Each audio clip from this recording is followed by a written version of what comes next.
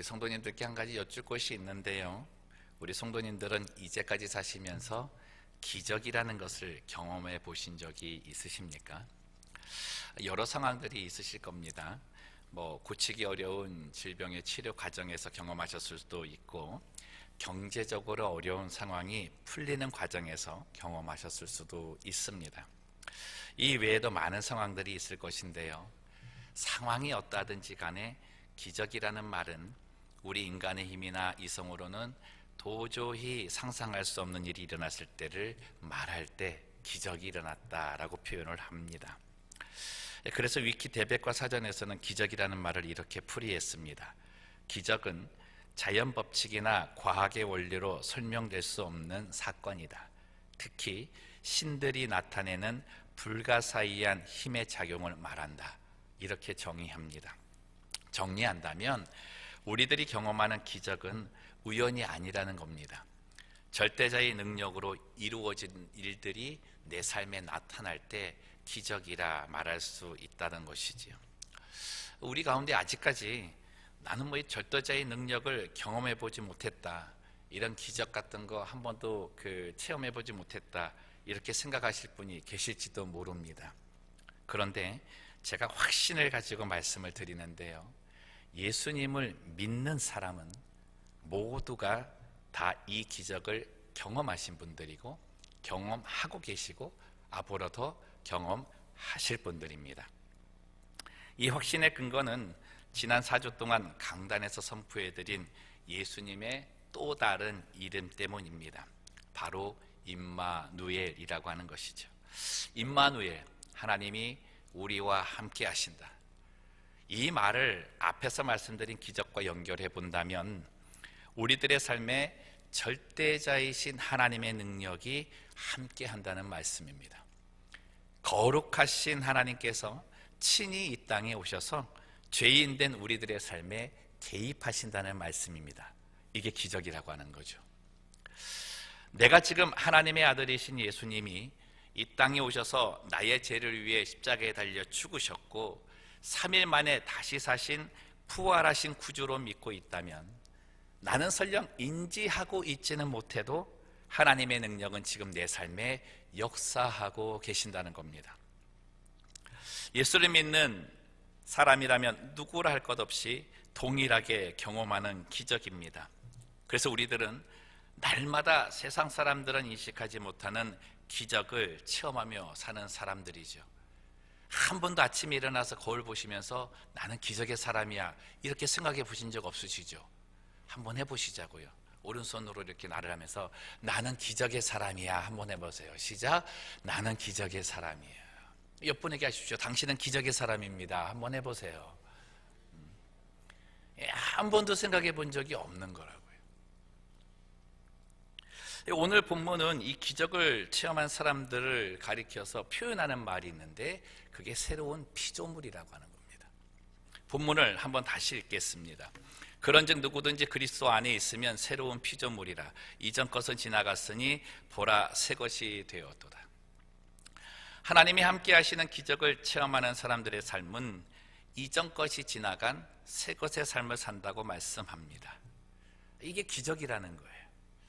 그렇다면 믿음의 사람들이 경험하는 이 기적, 새로운 삶이란 어떤 삶일까를 좀 살펴봤으면 좋겠는데, 첫 번째 기적의 삶이 뭐냐면 어둠의 자녀의 삶을 청산하고 빛의 자녀로 트랜스폼된, 변형된 삶을 사는 것입니다. 에베소서 5장 8절 말씀을 보시면 너희가 전에는 어둠이더니 이제는 주 안에서 무엇이라? 빛이라. 빛의 자녀들처럼 행하라 말씀합니다. 성경은 예수 그리스도를 믿는 성도들은 모두가 빛의 자녀들처럼 행하라고 말합니다. 왜냐하면 우리 믿음의 사람들은 세상을 비추는 빛 그 자체이기 때문입니다. 예수님도 말씀하셨습니다. 마태복음 5장에 나오는 산상수훈에 보면 예수님은 우리들을 세상의 빛이라고 선포를 하셨죠. 5장 14절에서 16절 말씀 다 같이 읽었으면 좋겠습니다. 너희는 세상의 빛이라. 산 위에 있는 동네가 숨겨지지 못할 것이요 사람이 등불을 켜서 말 아래에 두지 아니하고 등경 위에 두나니 이러므로 집안 모든 사람에게 비치느니라. 이같이 너희 빛이 사람에게 비치게 하여 그들로 너희 착한 행실을 보고 하늘에 계신 아버지께 영광을 돌리게 하라. 우리 자신이 세상을 비추는 빛이 된 것입니다. 여러분, 근데 우리가 어떻게 빛이 될 수 있었을까요? 빛이 될 수 있게 된 그 근원이 있다고 하는데, 이 요한복음 1장 9절 말씀에 기록되어져 있습니다. 참빛 그 세상에 와서 각 사람에게 비추는 빛이 있었다. 이 참빛이 누구십니까? 바로 이 땅에 오신 예수님이라는 거예요. 사도 요한은 예수님을 빛으로 비유를 했습니다. 그래서 빛으로 오신 예수님을 마음으로 영접한 사람들은 예수님과 함께 예수님이 가지고 계신 빛을 소유하고 있는 사람들이죠. 그래서 내 자체가 빛으로 변형된 그 모습의 삶을 살게 되는 겁니다. 빛의 특성이 무엇입니까? 어두운 곳을 비추어 환하게 밝히는 그런 역할을 하는 것 아닙니까? 빛은 어둠과 함께 공존하지 못하는 특성이 있습니다. 빛이 있으면 어둠이라는 말이 없고요, 어둠이 있으면 빛이라는 말이 없는 거죠. 빛이 비추어주는 순간 어둠은 더 이상 힘을 내지 못합니다. 어둠이라는 그 어떤 흔적도 발견할 수 없습니다. 오로지 빛만 드러내게 되어 있고 빛의 열매만을 맺습니다. 그래서 바울은 우리들이 맺어야 될 빛의 열매를 이같이 설명을 합니다. 에베소서 5장 9절 11절 말씀 함께 읽습니다. 빛의 열매는 모든 착함과 의로움과 진실함에 있느니라. 주를 기쁘시게 할 것이 무엇인가 시험하여 보라. 너희는 열매 없는 어둠의 일에 참여하지 말고 도리어 책망하라 말씀합니다. 빛의 열매가 뭐라고요? 착함과 의로움과 진실함이다. 그리고 또 하나는 뭡니까? 어둠의 일들을 책망하는 삶을 살아야 되는 거예요. 참여하는 삶이 아니라 책망하는 삶이 되어야 된다는 거죠. 한국의 한 교회에서 이 남성도들만을 모아서 하는 성경 공부 모임이 있었다고 합니다. 근데 하루는 공부 내용 속에서 왜 예수님을 믿게 되는 데에 주저했습니까? 주저하게 됩니까? 라는 질문이 이 과정 속에 있었는가 봐요. 그래서 이제 남성들한테 이제 물어본 거죠. 당신들은 왜 예수님을 믿는 데에 그렇게 주저하셨습니까? 라고 물었더니 90%의 사람들이 이구동성으로 하는 말이 뭐냐면, 예수님을 믿게 되면 자신들이 이전에 하던 세속의 즐거운 일들을 다 끊어야 하기 때문에 그럴 자신이 없다는 거예요. 이거 끊고 내가 어떻게 이거 살겠는가? 이 세상에 가서 즐거운 일들, 얼마나 나를 즐겁게 하고 기쁘게 하는데, 이 유혹을 뿌리칠 수 없더라는 거예요. 그렇죠. 맞습니다. 이전에 어둠의 자녀의 삶은 죄를 짓는데 자유로운 삶이었습니다. 죄를 지으면서도 기뻐하는 삶이었습니다. 악함과 부정과 거짓됨이 익숙한 삶입니다. 그것이 인생의 낙인 줄 알고 그 안에서 즐거워할 뿐이죠.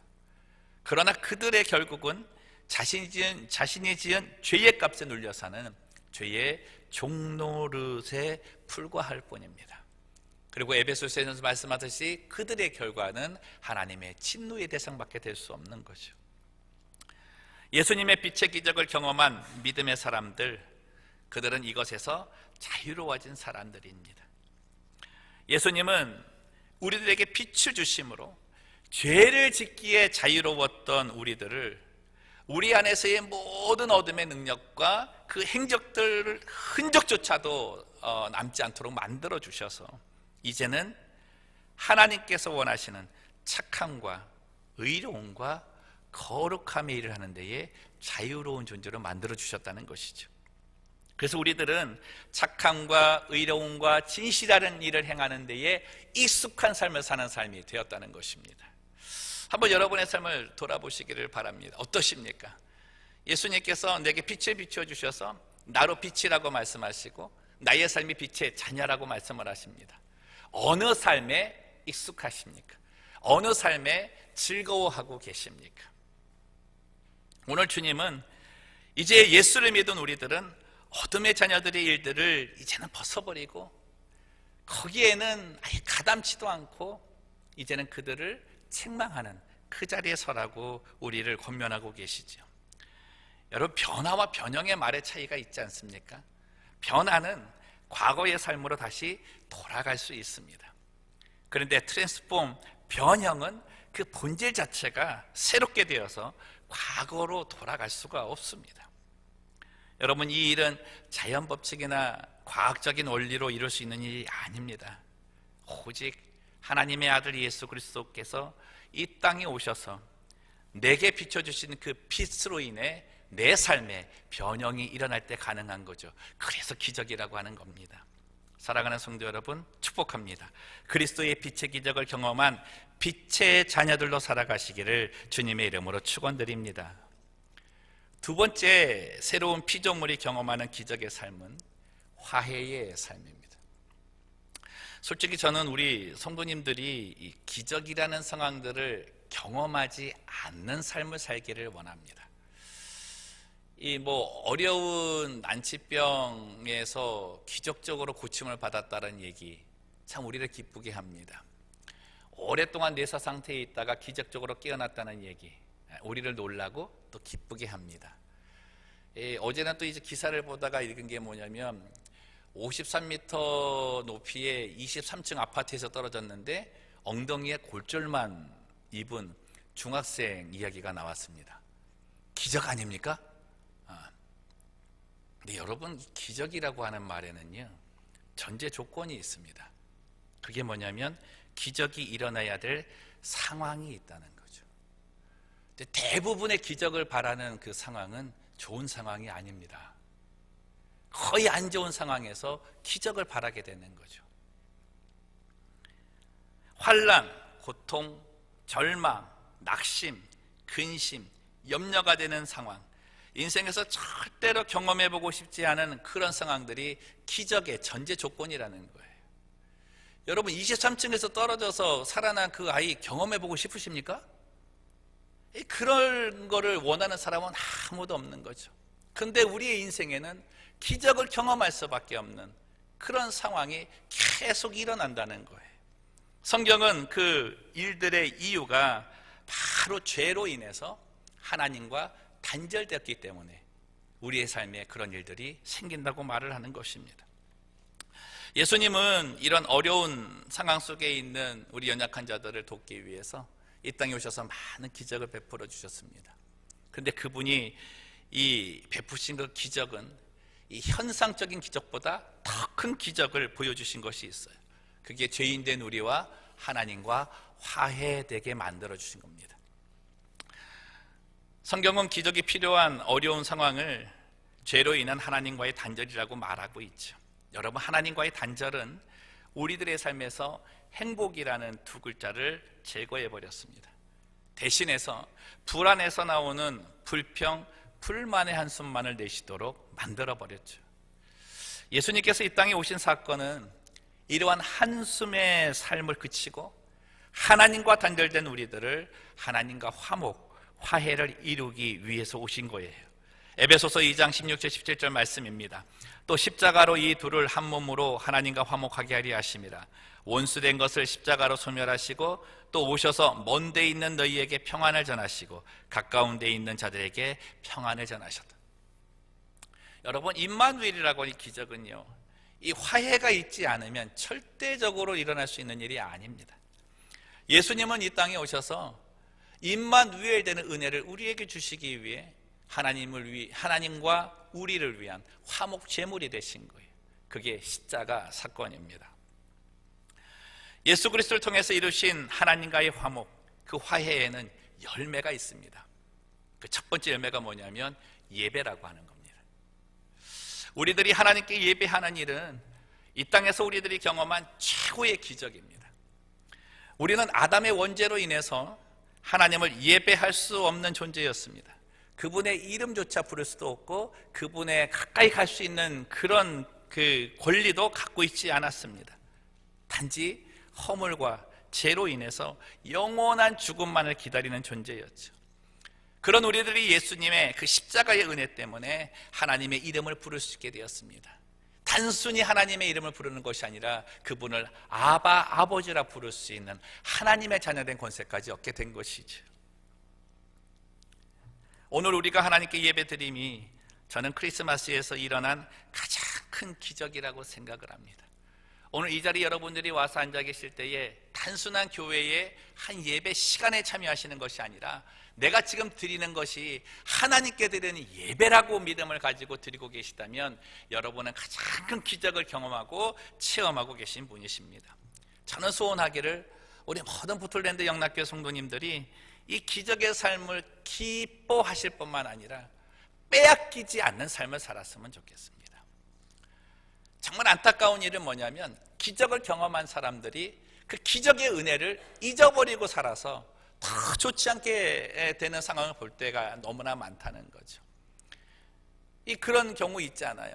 이 술 때문에 이 간이 굳는 그런 그 질병을 경험한 사람이 정말 어떻게 그 치료하는 방법을 찾아서 기적적으로 나았다는 거예요. 사람들이 다 좋아하고 자기도 기적적으로 나왔기 때문에 나는 이제 이거 기억해서 제대로 살아야 되겠다. 그때는 결심을 하는 거죠. 근데 살다 보니까 어떻게 해요? 그 기적의 은혜를 잊어버리는 거예요. 그러면서 어떻게 해요? 예전의 모습으로 다시 돌아가가지고 다시 술 먹고 그 몸을 망치는 일에 그냥 그 살아가는 삶을 살다 보니까 이제는 그 손도 댈 수 없는 그런 상황으로 치달을 때도 많다는 것이죠. 우리의 삶에 그런 부분들 많지 않습니까? 우리의 신앙도 그런 부분이 있지 않습니까? 내가 예배를 얼마나 소중하게 여기는가? 이 예수님께서 십자가에 달려 죽으신 가장 큰 기적, 가장 큰 은혜를 잊어버리기 때문에 그 모습들이 나타나는 거예요. 단순히 예수님 믿어서 내 삶의 기적을 체험하기 위한 것, 질병 고치기 위한 것, 경제적으로 뭔가 풀어지기 원한 것, 내가 소원한 바를 이루기 위해서, 그러기 위해서 예수님께서는 이 땅에 오신 게 아니라는 겁니다.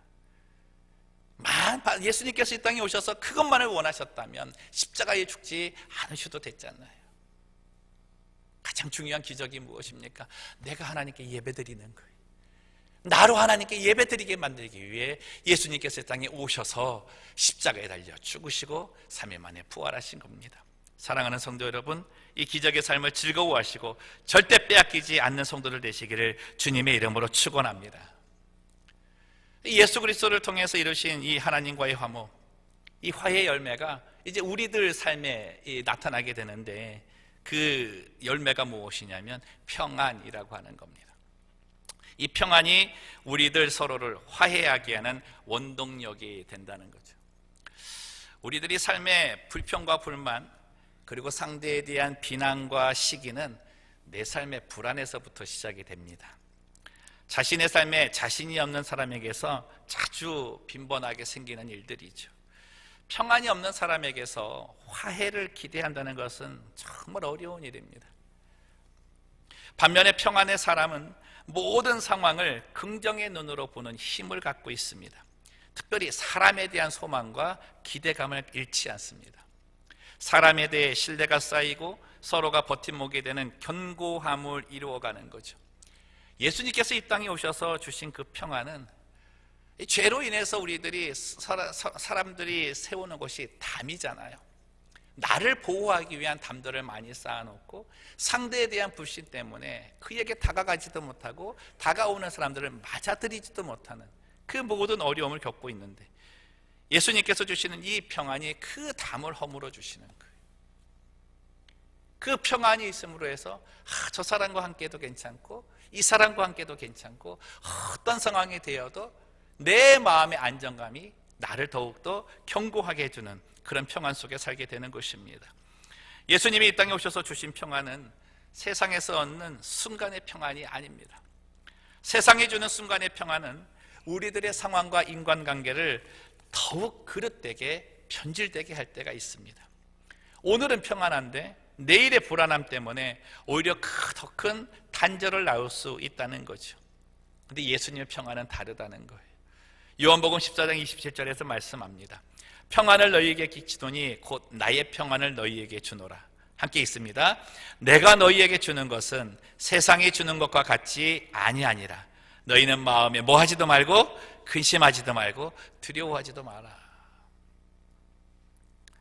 이 평안이 내게 있다면 내게 질병의 문제가 생겨도 경제적인 어려움의 상황이라도 나는 평안할 수 있습니다. 이유는 한 가지죠. 임마누엘로 함께 하시는 예수님의 평안의 능력이 나와 함께 하고 계시기 때문입니다.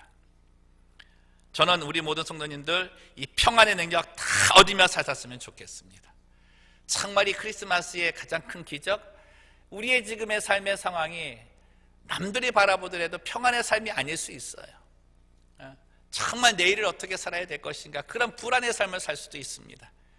근데 정말로 저는 오늘 이 크리스마스를 기다리며 주님 오심을 기다리는 우리 이 신앙 가운데에 이 평안의 능력을 다 소유하셔서 어떤 상황이 있더라도 주님께서 나와 함께 하신다는 임마누엘로 임하시는 이 평안의 능력을 다 받으셔서 모든 상황을 이겨내시는 주님의 백성 되기를 주님의 이름으로 축원합니다. 이 평안이 있다면 모든 상황이 이길 수 있습니다. 지금 내게 이 평안이 없다면 아직 내가 세상의 평안의 줄을 더 강하게 붙잡고 있기 때문일 것입니다. 하나님과 먼저 화목하셔야 합니다. 그 화목 정말 중요한데요, 세상에서 아무리 화해와 화목이 이루어졌다고 하여도 하나님과의 화목이 없으면 그 화해는 안개와 같이 사라질 수 있습니다. 그러나 하나님과의 화해를 먼저 이루고 나서 세상과 화해를 이룬다면 세상과의 화해가 더디다고 생각될지는 몰라도 이루어진 그 화해는 더욱 견고해지게 된다는 것이죠.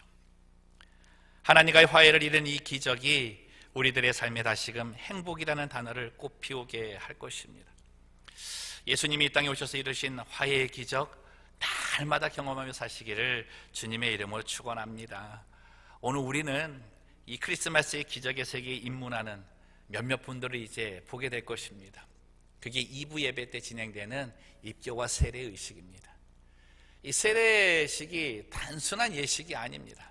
성도들 앞에서 그저 세례받았다고 해서 보이는 그런 예식이 아닙니다. 하나님 앞에서 하나님의 자녀가 되는 그 선포를 하는 그런 자리입니다. 내 인생에 하나님의 능력이 개입되는 기적을 체험하는 시간이고 내 삶이 빛의 자녀로 트랜스폼되는 시간이 됩니다. 저는 그 세례식을 통해서 세례받는 분들도 이 크리스마스의 기적, 예수 그리스도께서 이 땅에 오셔서 보이신 기적을 체험하기도 하지만 이미 세례받으신 분들도 이 기적을 기억했으면 좋겠습니다.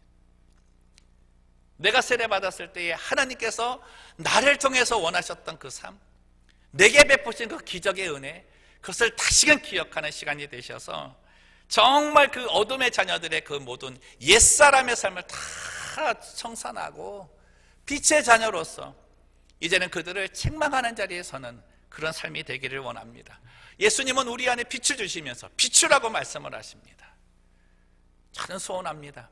감추며 사는 자가 크리스찬이 아닙니다. 비추며 사는 자가 크리스찬입니다.